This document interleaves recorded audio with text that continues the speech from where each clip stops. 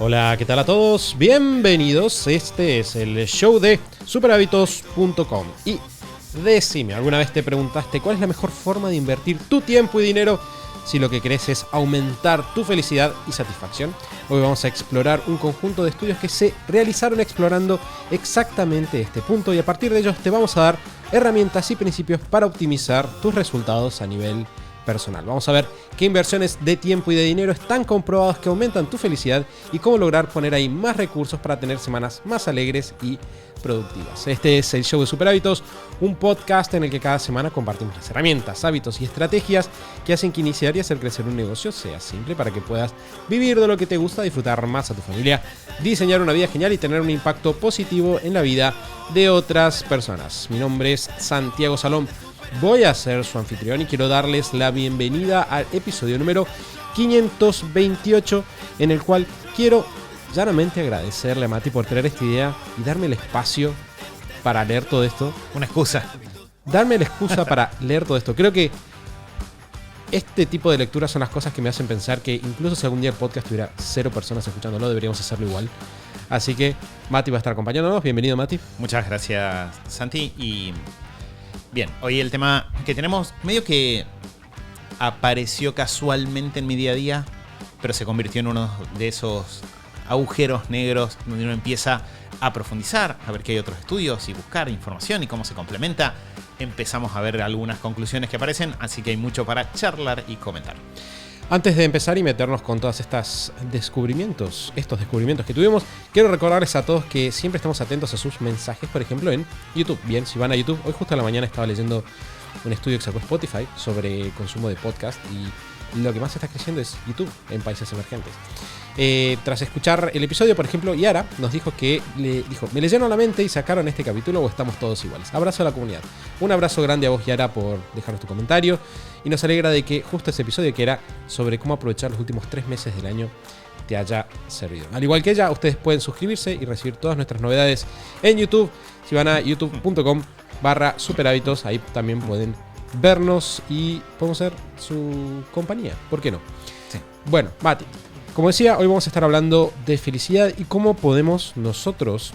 Hay un par de datos que leí mientras estaba estudiando esto que me parecieron muy locos, pero hoy vamos a hablar, como decíamos, sobre cómo la manera en la cual nosotros gastamos el tiempo y gastamos nuestro dinero y esa relación puede afectar nuestra felicidad para bien o para mal.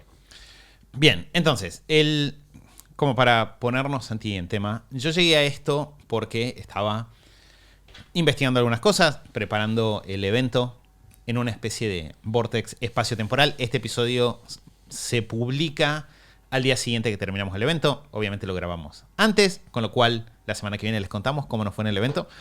Pero estaba en el proceso de preparar algunas cosas para el evento y estaba buscando información sobre los impactos que tiene el invertir en ahorrar tiempo, ¿no? Y yo estaba, si voy a ser 100% honesto, Santi, buscando información sobre retorno sobre inversión. Estaba buscando, bueno, cuánto más gana, cuánto más productiva es la gente que invierte en servicios, que deleguen servicios para ahorrar tiempo. Ese era mi objetivo.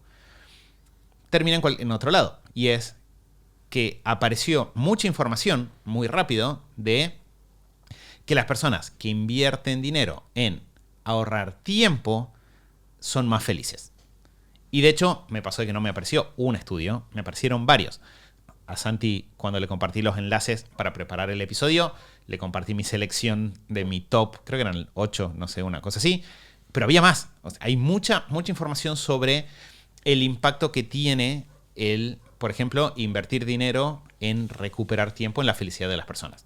Pero lo que es interesante es que ese es solo una estrella en la constelación, en el firmamento de la información que existe sobre cómo diferentes maneras de gastar, podríamos decir, nuestro dinero y nuestro tiempo impactan en la felicidad de las personas. Y leer toda esta información me dio muchos datos muy interesantes sobre cómo funciona la felicidad y nuestra sensación de bienestar, que también me pareció muy importante. Entonces, un poco la idea de este episodio no va a ser agotar el tema, completamente imposible, sino que va a ser meternos todos juntos, empezar a ver quizás los principios fundamentales que hay detrás de toda esta información y obviamente a partir de ahí veremos qué nos cuentan, qué nos preguntan, qué temas les gustaría profundizar como para seguir metiéndonos. Algo que me alucina cuando me pongo a leer investigaciones de temas interesantes es cómo vos estás leyendo y de repente te aparece otro tema. Por ejemplo, mientras estaba leyendo uno de los papers fundacionales de este tema, mencionan que una de las hipótesis de que invertir en ahorrar tiempo podía dar más felicidad nacía o estaba inspirada en la idea en toda la literatura que hay respecto de cómo tener un buffer social hace que las personas sean más resistentes al estrés. Y pensé, ese es un agujero del conejo que no sé si quiero entrar. O sea, quiero entrar definitivamente, pero no sé si voy a salir a tiempo. Claro. Porque pensé como, o sea, sabemos que las relaciones son súper importantes para la felicidad. ¿Qué es lo que investigó toda esta gente que le está dedicando años? Y yo viendo los números de los estudios son súper significativos. Tenés estudios de 15.000 personas, 6.000 personas. Hay mucha literatura. Por lo cual, de vuelta, vamos a sacar varios principios que de vuelta son 100% prácticos. Porque vamos a ver cómo podemos tomar decisiones hoy mismo que nos van a hacer más felices. De hecho, había un estudio que hablaba, o habían agarrado a las personas y le daban $40 para gastar una semana y $40 para gastar la semana que viene. Y comparaban los efectos de $40, que de vuelta para algunos puede ser mucho, para otros puede no ser nada, pero que de vuelta es un número relativamente terrenal. Entonces, ese tipo de decisiones ya pueden afectar nuestro bienestar y creo que va a ser súper divertido trabajarlo. Si quieres, Mati, podemos meternos ya directamente en los principios. Bien, entonces, el paper que, por lo menos de los que encontré yo, que dispara todo esto, arranca, Santi, con una frase que para mí nos pone a todos en la sintonía correcta, que es que dice lo siguiente: cuando se les pide a las personas hacer un balance de sus vidas, las personas con más dinero reportan estar considerablemente más satisfechas. Sin embargo, cuando se les pregunta a las personas qué tan felices están en ese momento, las personas con más dinero apenas se diferencian de las personas con menos. Y lo que arranca o dispara toda esta serie de estudios es decir, hey, quizás hay una diferencia entre cómo las personas recuerdan hacia atrás las cosas y lo que efectivamente están sintiendo en el momento, ¿no? Y a partir de ahí empiezan a profundizar en que hay muchos sesgos cognitivos, de alguna manera, que aparecen en términos de cómo pensamos nuestro uso del dinero, nuestro uso del tiempo, y que afectan nuestro bienestar real momento a momento, día a día. De hecho, una de las cosas que todos estos estudios encuentran es que el bienestar, la salud, que va un poco de la mano también de salud mental, ¿no? Pero como el bienestar de las personas tiende a ser, el bienestar global, una suma de muchos bienestares cotidianos. Y de que ser consciente desde la cotidianeidad del impacto de nuestras acciones tiende a llevarnos a muchos mejores lugares que cuando tratamos de mirar las cosas de forma abstracta o amplia sin tener en cuenta el impacto cotidiano. Y ahora, Santi, vamos a empezar a ver cómo un poco nos empezamos a meter. Entonces, hay muchos papers y estudios. Vamos a tomar uno, si querés, Santi, como para empezar, que es el que dispara todas estas conversaciones, que es uno que se llama Si el dinero no te hace feliz, entonces probablemente no lo estás gastando correctamente, que es un paper de Elizabeth Dunn, Gilbert y Wilson de 2010, que de vuelta disparó muchos estudios que vinieron después y que complementaron, y que lo que hace es establecer 8 principios de cómo gastar el dinero, en este caso, pero vamos a ver que en la forma en la que habla de gastar el dinero, en realidad también empieza a hablar de cómo gastamos nuestro tiempo, que fue como después toda la otra corriente que surgió ahí que sé que vos también estuviste leyendo mucho de eso. Sí, creo que un tema que me saltó a la vista rápidamente con esto es la literatura actual sobre la felicidad está muy inclinada a apoyar la idea de que, porque sabemos que la ciencia nunca es absoluta, no, esa es parte de la gracia, es lo mejor que sabemos hasta ahora. Está muy inclinada a decir que la felicidad no se compra con dinero, ¿bien? Es como, de hecho está esa famosa, creo que una charla de Daniel Pink, que hablaba de después de ciertos ingresos, las personas no son más felices que las que tienen del ingreso base, ¿no? Creo que eran $70,000 al año, una cosa así, sí, en Estados Unidos. Y sin embargo, leyendo uno de los artículos, decía que probablemente es cierto, pero que de vuelta no es porque más dinero no te pueda hacer más feliz, sino porque la gente que tiene dinero no lo usa de una manera determinada. Yo pensé, ese es un giro lógico que yo no había pensado. Sí. De hecho, uno de los datos, quiero ver si lo tengo por acá, de los datos que me voló la cabeza, hicieron uno de estos estudios, porque lo hicieron obviamente con gente con mucha plata, poca plata, en un estudio que hicieron con millonarios, creo que eran 800 millonarios que que entrevistaron, hicieron el seguimiento de felicidad, consumo de gasto, etcétera, encontraron que el 50% de esos millonarios no gastaba, según sus propios testimonios, no gastaba dinero en actividades que le liberaran tiempo. Y yo pensé, Sí. ¿cómo puede ser? Pero sí. Sí. Y de hecho me parece muy interesante, claro. O sea, en realidad lo que estás viendo es, si una persona que tiene millones de dólares no está gastando dinero en eso, claro, quizás no es que el dinero no te da la posibilidad de ser más feliz, sino de que el hecho de que tengas el dinero no significa que vas a hacer lo que hace falta o vas a aprovecharlo para ser más feliz. De hecho, nos pasa con muchas personas que son parte de la comunidad. Es muy interesante porque acá una de las primeras cosas que aparece es esto que dice Santi, la subjetividad. Lo que nos damos cuenta es que muchas veces, si yo tengo una sensación de estrés o no de estrés, el factor financiero influencia, pero no es el único que afecta. Porque yo puedo estar en una buena situación financiera en el promedio de la población, sin embargo, yo sentirme muy estresado, o sentirme muy exigido, o sentirme muy al límite. De hecho, este dato, Santi, creo que no te lo dije, pero en un momento hicieron un experimento de darle a las personas dinero para ver cuántas usaban parte de ese dinero para ahorrar tiempo. Que esto ya medio que lo spoileamos recién, pero efectivamente invertir en actividades que te ahorren tiempo, como un día no cocinar y pedir comida de un delivery, o no Contratar a una persona que limpie tu casa. contratar a alguien que limpie tu casa, llevar ropa a la lavandería, ¿no? Cosas por el estilo. Ese tipo de inversiones aumenta la felicidad de las personas y reduce la sensación de estrés percibido, ¿sí? Como nos da calma, porque nos da una sensación de control, de que tenemos un poco más de aire en nuestro día a día. Entonces, está comprobado que tiene efectos positivos. Sin embargo, cuando hicieron un experimento de les vamos a dar un montón de personas dinero y les vamos a preguntar en qué lo quieren gastar, menos del 2% de las personas elegía gastarlo en ahorrar tiempo. Menos del 2%. O sea, pensemos lo ridículo que es ese número. Pensemos en el teatro. 1000 personas. Le damos dinero a 1000 personas. Vamos a tener 20 personas que van a decir, quizás podría darme algo de tiempo con esto. Porque automáticamente tendemos a conectar, y eso es muy interesante, de hecho vamos a ver que afecta mucho la toma de decisiones, tendemos a conectar dinero con cosas materiales, y en particular tendemos a conectar dinero con ciertas cosas materiales, ¿no? Cuando uno dice, tenés más dinero, las imágenes que aparecen, ¿cuáles son? Aparece un auto. Imagínate una publicidad de casino y es eso. Claro, aparece el auto, la casa, aparece, no sé, ítems de lujo, ¿no? Un reloj, joyas. Aparecen cosas materiales. Eso es lo que tendemos a asociar con dinero cuando pensamos si el dinero impacta o no en nuestra felicidad. Pensamos si tener esas cosas va a impactar en nuestra felicidad. Pero en realidad lo que todos estos estudios están mostrando es que va a impactar mucho más en nuestra felicidad usar el mismo dinero para otras cosas. ¿Bien? Y ahí vamos a meternos un poco en cuáles son. Bueno, el principio número 1, justamente, Mati, y lo voy a decir yo, es que la investigación sugiere que las personas son más felices cuando gastan su dinero en experiencias en vez de gastar el dinero en objetos. Que acá básicamente suena bastante lógico, de hecho sí. O sea, suena bastante claro qué significa, pero es si yo tomo el dinero y lo invierto en vivir algo más que en tener algo. Esa sería la diferencia. Obviamente acá se abre, Santi, una pequeña puertita que está bueno decirla, que es va a depender de, o sea, dos puertas que me parece que son importantes tocar. Una es qué vivencia me va a aportar, va a depender de qué me gusta. Va a depender de qué disfruto. Como dijo Santi hace un rato, va a depender de cuáles son mis hobbies. Entonces, pasar tiempo en ese hobby me va a sumar. Si es un viaje, va a depender de a dónde disfruto viajar.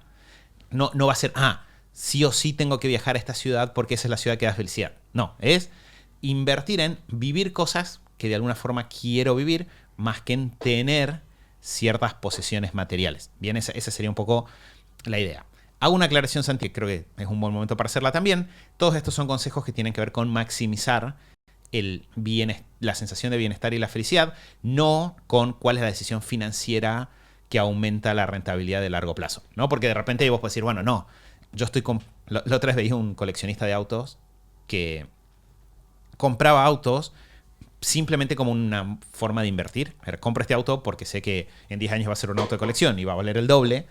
Bueno, quizás es cierto, no sé, no tengo ni idea. Pero no, si yo estoy tomando decisiones desde el punto de vista de quiero aumentar mi patrimonio, voy a decidir algunas cosas. Si tomo decisiones desde el punto de vista de quiero sentirme más feliz, voy a tomar otras. Estos estudios apuntan a qué no me va a generar felicidad. Sí, que de hecho yo creo que esto que voy a decir es difícil de manejar, ¿no? Hay que ver qué hace cada uno con esta información, pero creo que es interesante pensarlo desde este ángulo.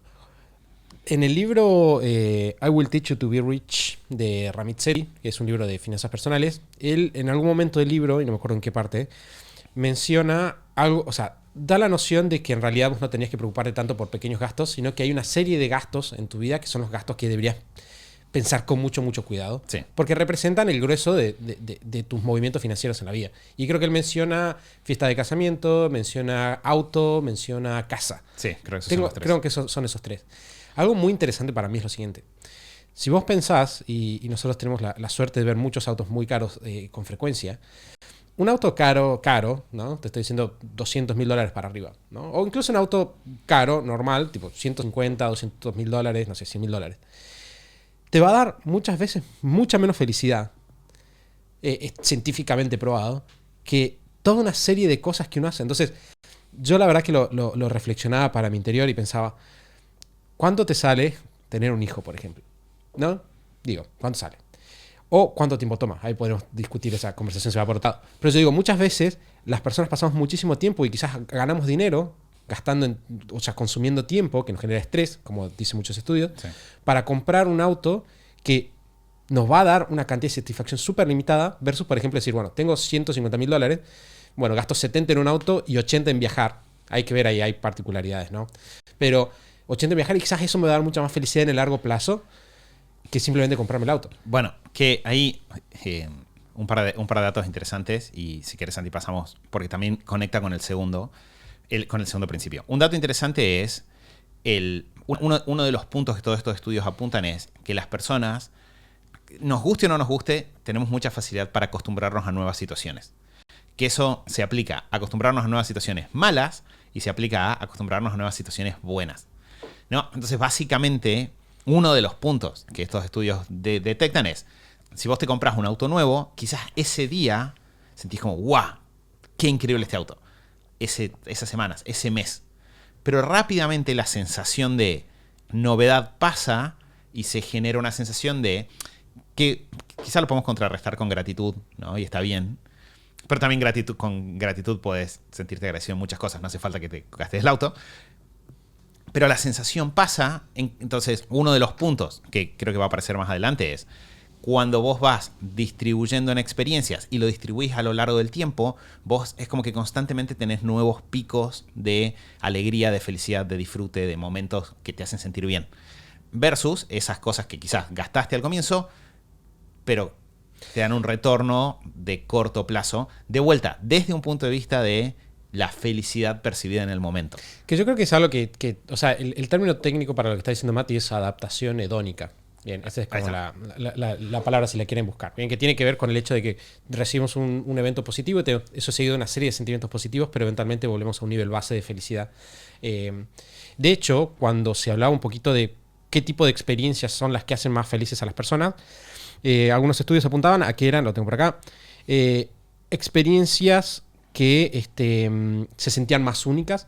Algo interesante es que mientras más grandes nos hacemos, menos importante es que sean únicas. Las personas mientras más grandes son, más aprecian las cosas cotidianas. Nada, divertido. Pero en términos generales, el principio es que si es algo que es único, se siente como más, más valioso o nos da más felicidad. Y cuando es menos susceptible de caer en esta adaptación hedónica. Bien. Entonces yo creo que también tenés un gasto. Si de repente me la paso viajando, eventualmente voy a tener ya el efecto de cada compra posterior de eso va a ser menor. Entonces, claro, la primera vez que viajás en avión, por ejemplo, es tipo una experiencia única, muy sorprendente. Si todas las semanas te subís a un avión, eventualmente se convierte en una rutina. Claro, visité Japón. Bueno, la 10ª vez probablemente lo vas a disfrutar. Pero si lo estás haciendo una vez por mes durante un año, y a la 10 ya probablemente no. Exacto. De vuelta, a menos que, obviamente, no, círculos chicos, si cada vez que vas a Japón haces algo diferente, que eso sería válido, ¿no? Como podrías hacer cosas distintas en tu país todo el tiempo. Pero creo que antes de que pasemos al principio número 2 que te estabas por meter, yo creo que es una enseñanza súper importante porque muchas veces nos pasamos la vida gastando tiempo en conseguir esos autos de $250,000, digamos. No todos entiendo que muchos Santi, ojalá como vos, lo que sea. No, yo tampoco estoy pensando en eso ahora. Pero digo, en la casa pensando, me voy a comprar una casa más grande, me voy a comprar un auto más caro. Y en realidad tenemos, o sea, esto nos está diciendo, hey, fíjate que cuando llegues ahí estás gastando mucho de lo que necesitas ahora para algo que cuando llegues ahí no va a ser probablemente felicidad sostenida que vos esperabas. De hecho, es interesante porque todo esto refuerza algo que hablamos cuando hicimos la serie de la semana laboral de 4 horas, que es esta frase que dice Tim Ferriss, como si no sos feliz con $500 por mes, es poco probable que seas feliz con $5.000 por mes. Porque hay muchos comportamientos que tienen que ver con la felicidad que no son propios de la cantidad de dinero, sino de cómo pensás. De hecho, si lo pensamos, esto estoy pensando en gente que conozco, de repente vos tenés personas que quizás nunca jamás viajaron a otro país, pero que en su ciudad o a donde están tienen la costumbre de separarse tiempo para experimentar cosas nuevas y estar tranquilos, ¿no? O tienen la costumbre, y ahora Santi engancho con el principio número 2, el principio número 2 es gastar dinero en ayudar a otros en lugar de ayudarte a vos mismo. Que sé que hay estudios que apuntan a lo mismo para el tiempo, ¿no? Cuando invierto tiempo en ayudar a otras personas. Una de las cosas que es muy interesante de los estudios alrededor de este segundo principio es que se encuentra que las personas que gastan, acá usaban mucho como el dar dinero a caridad, ¿no? Tipo a organizaciones sociales y demás, que las personas que hacen eso son más felices incluso si la persona no tiene mucho dinero originalmente. O sea, incluso si no tiene mucho dinero, al realizar esta acción aumenta el nivel de felicidad. Y es real que hay, y de vuelta, acá lo que es importante es empezar a romper con las ideas de eso solo lo puedo hacer si tengo mucho dinero, el romper con la idea de que estas cosas son ajenas a mi día a día, porque hay personas de todas las escalas sociales, socioeconómicas, que van a dedicarle un poco de tiempo a otras personas, un poco de dinero a otras personas. Y eso, lo que están encontrando toda esta información es que aumenta nuestra felicidad. ¿Por qué? La explicación tiende a apuntar a que los seres humanos somos seres sociales y cuando yo dedico tiempo a otros, lo que hago es aumentar mi conexión social, este buffer social que decía Santi recién, me siento más conectado con otros. Yo creo que también conecta con esta idea de la abundancia, ¿no? Si yo puedo soltar algo para darle a otros, es como que estoy poniéndome en un modo más de, ok, hay suficiente. Yo estoy bien. De hecho, el mensaje tácito de donar a otros es, yo estoy bien. Porque si yo no estuviese bien, si mi supervivencia estuviera en riesgo, yo no podría hacerlo. Entonces, el principio, dijimos, principio número 1, como para repasarlo, experiencias en lugar de cosas, o más que cosas. El principio número 2 es ayudar más a otros, no solo a uno mismo. Dicho esto que dijo Mati, sí hay estudios de que un par de moderadores en cómo vos puedes hacer que este gasto en otros te haga más feliz. Te hace más feliz, aparentemente, cuando hay un vínculo más fuerte entre vos y la persona que recibe, más feliz te hace. Es decir, nosotros somos más felices regalándole cosas a personas que queremos. Las donaciones cara a cara o donde vos puedes darle a la persona que va a recibirlas generan mucha más felicidad que cuando son anónimas. Y controladas esas dos variables, siempre nos hace más feliz a nosotros cuando estamos aportando para una causa específica que cuando estamos aportando una causa más genérica a una organización que tiene una causa más general en términos totales. Pero es interesante pensar en eso, ¿no? Quizás muchas veces decimos como, me voy a comprar, ¿no? Tengo un restante este fin de semana para gastarme X $20 en algo y probablemente lo que menos feliz va a ser comprarme algo para poner en casa. Probablemente después diría, bueno, me puede hacer feliz comprarme una experiencia única, pero también me puede hacer feliz tomar esos $20, comprar algo y regalárselo a una persona que quiero y probablemente voy a estar maximizando mi felicidad. Sí. Y probablemente voy a estar aportando a la felicidad. De hecho, una cosa que fue interesante es que en uno de los artículos que leí hablaban de cómo eso puede generar un círculo positivo donde vos de repente haces algo que te hace feliz, la persona que lo recibe también es más feliz, eso te retroalimenta vos la felicidad y vos haces más de eso y de repente puedes empezar a generar un círculo de alguna manera positivo que no necesariamente te va a pasar si estás gastando en un objeto. Después, el principio número 3, Santi, que conecta, después voy a hacer este enganche, pero te lo dejo para que lo vayas pensando. Fíjate cómo muchas de estas cosas son parte de cómo uno estructura un buen sistema de organización personal. Por ejemplo, una de las cosas que nosotros dentro de GTE, que es nuestro programa de gestión del tiempo, le decimos a las personas que tengan en cuenta cuando estructuran sus objetivos de largo plazo, es que incluyan una parte de objetivos que tengan que ver con lo comunitario, con los otros. Y me ha pasado de que hay personas que me dicen, pero no tengo ningún objetivo en relación a otros, ¿por qué lo haría? Y la respuesta, ahora tengo un respaldo un poco más científico, pero hay bastante evidencia de que tener algo de tu tiempo alocado en ayudar a otros afecta tu felicidad, tu sensación de bienestar, tu salud física, mental en el largo plazo. Sí, que es interesante porque dijiste algo distinto ahí. Es gastar dinero en otros Y gastar tu tiempo en otro. Y gastar tu tiempo, ambas cosas, exacto. Y en todos los casos, elegir, fíjense cómo en todos estos principios está el subprincipio de si lo elegís deliberadamente, importa más. ¿Qué experiencia, si la elegís, trae más resultados? Si elegís a quién le haces el regalo, trae más resultados, ¿no? Bien, principio número 3, este ya lo tocamos antes, así que lo paso medio rápido, era que comprar muchos pequeños placeres trae más resultados que comprar un par de placeres grandes. Que, si se fijan, apoya un poco la noción popular de que es mucho más feliz no una persona que está estresado todo el año y se toma 2 semanas de vacaciones, sino alguien que a lo largo de todo el año tiene momento para sí mismo, ¿no? Como momentos para cuidarse. Es ese principio que se aplica al tiempo, se aplica al dinero también. Si yo estoy estresado 50 semanas del año y 2 semanas estoy de vacaciones y me reviento todo en un, no sé, en un all inclusive 27 estrellas con champán y camarones, voy a ser menos feliz, que una persona que toma la misma cantidad de recursos, o quizás incluso menos recursos, pero los distribuye a lo largo del año en muchos momentos de disfrute. Porque, de vuelta, la suma de esos pequeños disfrutes cotidianos es lo que va generando resultados. Que esto no lo dicen los estudios, Santi, estoy especulando yo ahora, lo estoy pensando, no lo había pensado. Pero también me imagino que tiene que ver con cómo funciona nuestro cerebro y los hábitos.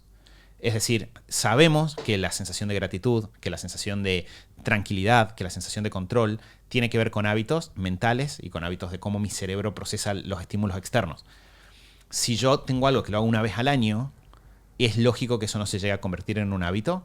En cambio, si yo constantemente tengo una sensación de control, constantemente tengo una sensación de disfrute, mi cuerpo probablemente esté en el hábito de disfrutar, esté en el hábito de estar tranquilo. Eso no lo sé por los estudios, pero me hace mucho sentido que sea así. Bueno, ese es el principio número 3, ¿sí? No un gasto grande ahí, sino estos gastos chicos a lo largo del tiempo. El principio número 4, y esto te lo voy a dejar a vos porque no me lo crucé en ningún lado y me interesa saber de qué se trata más en los papers que yo leí, es que tenemos que comprar menos seguros. Sí. De hecho, o sea, tengo esta conversación porque justo Sí. hace un par de días atrás un gran amigo me dijo, tenés que comprarte este seguro. Y ahora estoy pensando, ¿por qué no debería? A ver, lo que dice acá como el paper como para meternos en tema es, primero, yo creo que este paper está escrito en Estados Unidos. Creo que se usan más los seguros en Estados Unidos que lo que estamos acostumbrados a usarlos acá. De hecho, la mayor parte de las personas que yo conozco no tienen seguros contra todo, sino que tienen el seguro mínimo obligatorio legal y ya está. Con lo cual, no descarto que desde un punto de vista de salud financiera haya ciertos seguros que tengan sentido. De hecho, sé que Rorro de Neurona Financiera, Ramit Sethi también por su lado, hablan de ciertos seguros como una buena medida de precaución en términos de la estructura de tu planificación financiera. Dicho eso, lo que dice básicamente esta parte del paper es que, así como las personas nos acostumbramos tenemos la adaptación hedónica, ¿no? Nos acostumbramos a estar en una mejor situación, también tendemos a adaptarnos mucho mejor de lo que la gente piensa estar en una peor situación, ¿no? Y de hecho menciona un montón de estudios como de la capacidad de los seres humanos de adaptarse después de eventos traumáticos o eventos de guerras o demás cosas y seguir de una manera estando felices. Entonces lo que un poco apunta desde un punto de vista completamente exclusivo de felicidad, esta parte del estudio lo que apunta es a decir, en lugar de gastar plata en tratar de cubrirte contra todas las eventualidades, de que toda tu vida esté asegurada de que vas a ir estando exactamente como está, que estadísticamente es improbable, y si sucediera, estadísticamente es probable que te adaptes y te sientas bien igual, toma esos recursos e invertirla en alguna de estas otras cosas que estamos hablando. Pero de vuelta, creo que hay que tomarlo con muchos asteriscos, porque hay que recordar de que, no sé, creo que uno de los ejemplos que mencionan acá, y si no lo leí en otro artículo mientras investigaba, era, por ejemplo, el contratar las garantías extendidas de electrodomésticos. ¿Sí? Es decir, no era el tener un seguro para el auto o tener el seguro Un de vida. seguro de vida para la universidad de mi hijo. Claro, era el exceso de tratar de asegurar que nada de esto va a cambiar y el gasto en cubrirte de eventualidades. Ese era el punto acá. Como que no te va a dar tanta felicidad estar cubierto de todas las eventualidades y entonces que quizás no es la mejor inversión posible. Y va por ese lado. El principio número 5 va por el lado de pagar ahora, consumir después. Suena raro de decir, porque en realidad hoy en día estamos mucho más acostumbrados a lo contrario. Bien, a medida que va pasando el tiempo, lo que sucede, gracias a las líneas de financiación que de alguna manera traen tantas buenas posibilidades al mundo, nos estamos acostumbrando cada vez más a lo inmediato, es decir, yo voy, compro, consumo ahora y sigo pagando esto a lo largo del tiempo. Típico caso, saco la tarjeta, con la tarjeta de crédito saco las vacaciones, entonces me voy de vacaciones ahora, los disfruto y lo hago después. Lo cierto es que los estudios tienden a apuntar a que hay un rol muy importante en la felicidad, que tiene un rol muy importante en la felicidad, la antelación o la anticipación de lo que va a suceder. La expectativa. La expectativa, exacto. El pensar, bueno, a mí me pasa mucho con Emma, ¿no? Que de repente le digo, Emma, el próximo fin de semana, no sé, hace poco fue el cumple de Lu y hicimos un paseíto de fin de semana. Que ahora, desde este punto de vista, fue una buena inversión. Íbamos a hacer un paseíto de fin de semana. Y le dije a Emma, en 2 días vamos a ir a hacer un paseo de fin de semana porque es el cumple de mamá y va a haber una piscina, ¿no? Porque Emma le dice piscina, lo que en Argentina nosotros siempre le dijimos pileta. Y Emma adora estar en el agua, es su actividad número 1, puede hacerlo 20 horas por día. Y fue muy tierno porque fueron 48 horas de alegría pensando en que ya venía el momento en el cual podíamos ir a la piscina y preparar las cosas y armar su mochila, y fuimos a hacer compras de unas cositas que necesitaba de reponer, ¿no? para poder ir. Entonces y a lo largo de todo ese proceso su cara era una cara de alegría, de ¡oh! No te puedo creer lo que se viene, qué buena onda. Y eso, o sea, esa expectativa, como dice Santi, hay muchos estudios. De hecho, en Atomic Habits hay todo un pedazo del libro que habla de eso, ¿no? De la expectativa previa a la recompensa, de la expectativa de la recompensa. Entonces, un poco lo que dice acá el artículo es, si yo separo entre el momento de que compro y consumo, lo que gano es como felicidad doble. Es decir, si yo voy, compro la entrada y entro a ver la película hoy, yo solo disfruto de ver la película, que está bien. Pero si yo compro la entrada hoy para la semana que viene, yo tengo una semana de alegría porque estoy esperando a ver qué tan buena está la película, y encima después tengo el disfrute de la película. Y lo mismo con esto de las vacaciones. Si yo simplemente hubiese esa mañana, Emma, vamos, Emma se perdía de 2 días de felicidad que, comillas, son gratis, simplemente por la expectativa. Y una cosa que es interesante que está en esta parte del paper es que también hay un rol en la felicidad de los recuerdos, que es donde entra el tema de las experiencias que decía Santi recién, o otra cara, pero que en realidad, en términos del nivel de impacto en felicidad, es mucho más alto el impacto en la felicidad que genera la expectativa que el recuerdo. Entonces, que siempre que podamos, si podemos generar un poco de expectativa, lo vamos a disfrutar más. Vos sabés que estoy pensando ahora, mientras charlábamos, estoy pensando porque justo el otro día estábamos planificando las vacaciones del verano y en enero. Y estaba pensando, quizás sería mucho más inteligente tomando el presupuesto de las vacaciones. Es decir, ¿qué pasaría si vos tomaras el mismo presupuesto? Que quizás, generalmente lo que pasa es que sí, guardo el presupuesto para las vacaciones de verano. Nosotros la verdad que tenemos mucha libertad de tiempo porque no tenemos horarios, no tenemos, excepto, no sé, grabar el podcast y alguna que otra reunión, no tengo que estar en ningún lado en ningún momento. Pero, pensá, si vos agarraras y dijeras, en vez de tener unas vacaciones de verano, que igual las vas a tener, vos dijeras, y de irme de viaje al Caribe y lo que sea, vos dijeras, bueno, lo que vamos a hacer es vamos a tomar el mismo presupuesto y vamos a separarlo en 12 viajecitos a lo largo del año, y los tuvieras pre-armados y pre-pensados, y fuera como, tal vez vamos a ir a tal lugar, y tal vez vamos a ir a tal lugar. Y sí, o incluso si tuvieses como la aventura de pensar cada viaje, como, ¿y este mes a dónde queremos ir? Y como todo ese momento de planificarlo familiarmente, de charlarlo. Claro, quizás se sentiría, o sea, quizás, bueno, científicamente apunta a que se sentiría más alegre, más feliz, probablemente tendría una fuente más continua de energía, de bienestar. Es que yo creo que es, o sea, mi experiencia hasta ahora con Lu siempre me llama la atención como a veces uno puede hacer cosas muy chiquitas. A mí me pasa con de repente irnos a la playa un rato, ¿no? Que es uno de los grandes motivos para vivir a donde vivimos. Yo sé que si me voy a la playa 2 horas al atardecer, mi sensación es como si el día hubiese durado el doble, ¿no? Es como si de repente hubiese tenido un fin de semana, la mitad de la semana. Se siente muy raro, no entiendo qué está pasando, pero eso es un momento de disfrute. Y me pasó con este viajecito que hicimos por el cumple de Lu, que fueron 2 días. O sea, creo que no llegó ni a 48 horas el viaje. Pero fue un corte que se sintió como si me hubiese tomado una semana de descanso en el medio del año. Y creo que y efectivamente tuvo muchos de estos componentes. Entonces creo que sí. O sea, creo que lo que decís, Santi, es correcto desde un punto de vista científico. Bien, anotado. Creo que me lo estoy... Voy a tener una conversación con Mari cuando vuelva a casa.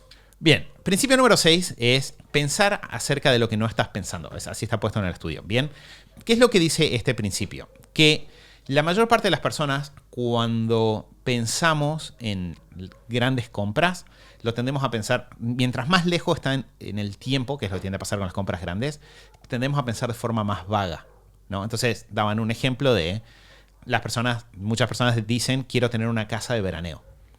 Entonces le preguntan, bueno, tipo, ¿y qué te gustaría en tu casa de veraneo?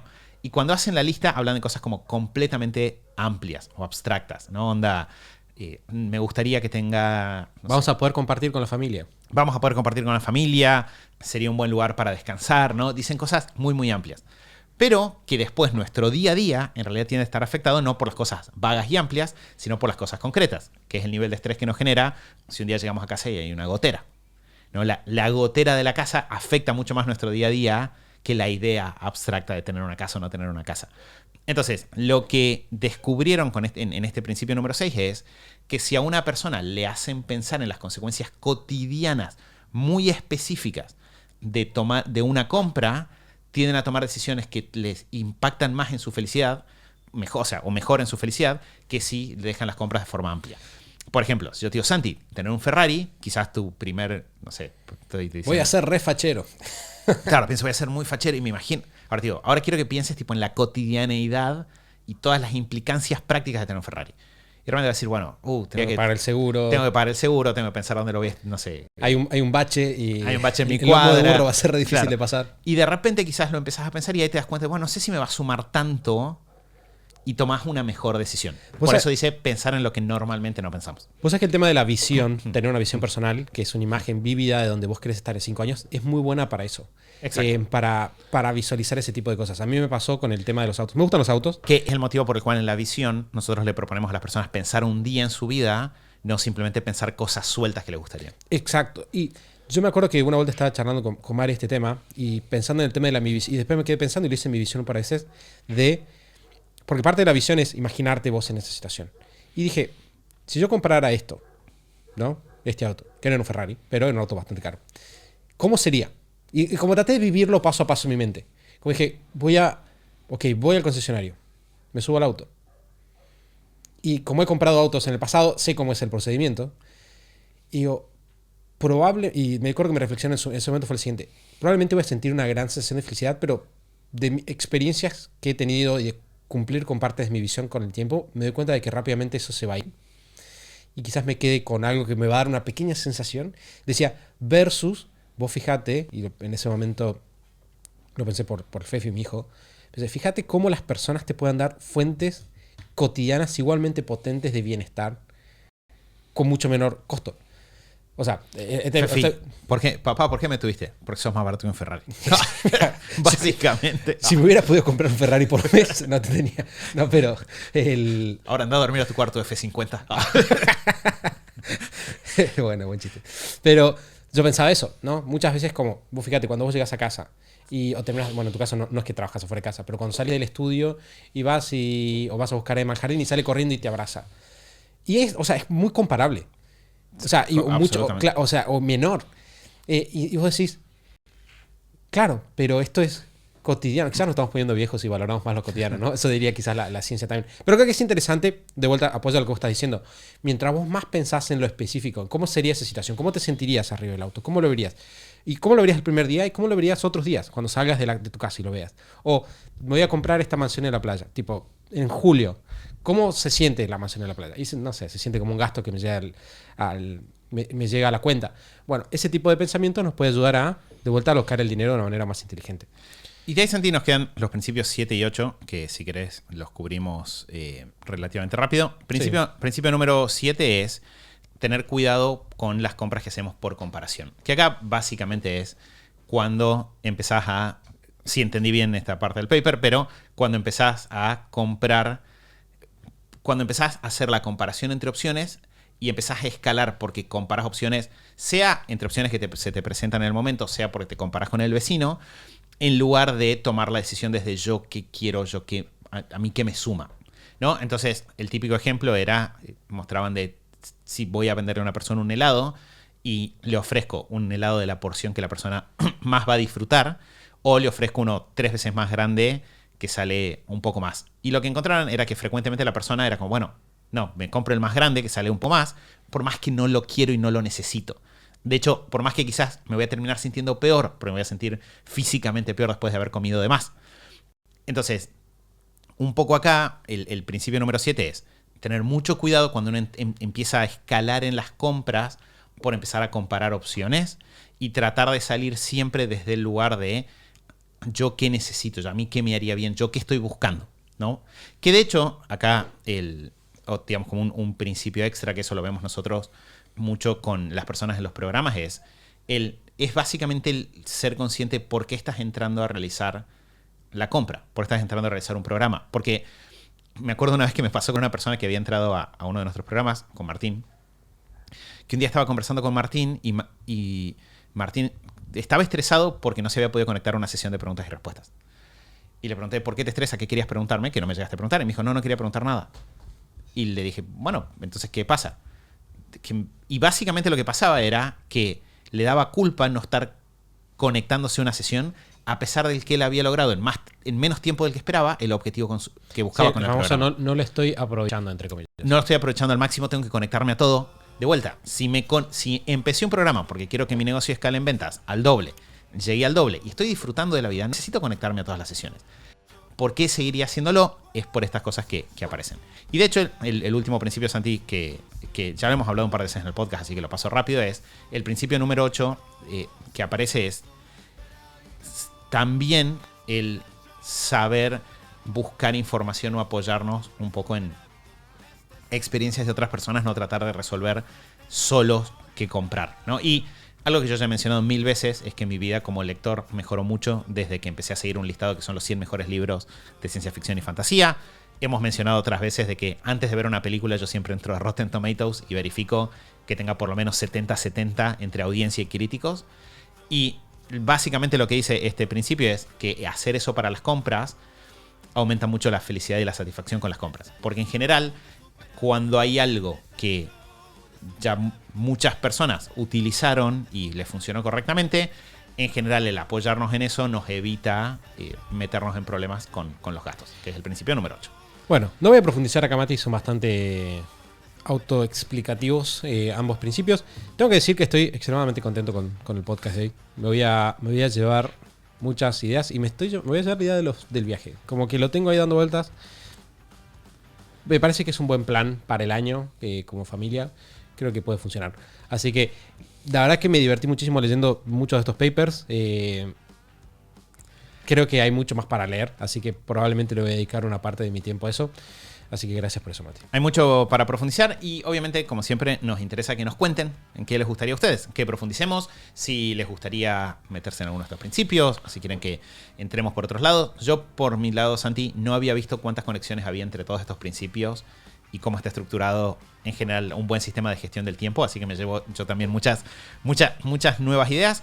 Y de vuelta, quedamos atentos a sus comentarios, dudas, preguntas. Si les sirvió, cuéntenos en algún comentario, sea en Spotify, sea en YouTube, que les sirvió, porque eso nos ayuda a entender por dónde profundizar y en qué temas meternos. Bueno, como dijo Mati, entonces pueden ir a youtube.com/superhábitos y van a encontrar nuestro canal de YouTube, todos los podcasts ahí, y pueden dejarnos un comentario, como hizo Yara, que les conté al principio del episodio. Vamos a estar súper contentos de saber qué les sirvió y de vuelta de tener ideas de por dónde podemos nosotros seguir profundizando en el podcast. Por lo pronto vamos a cerrar aquí este episodio y nos vamos a escuchar nuevamente en el episodio 529 del show de Super Hábitos. Chau, chau.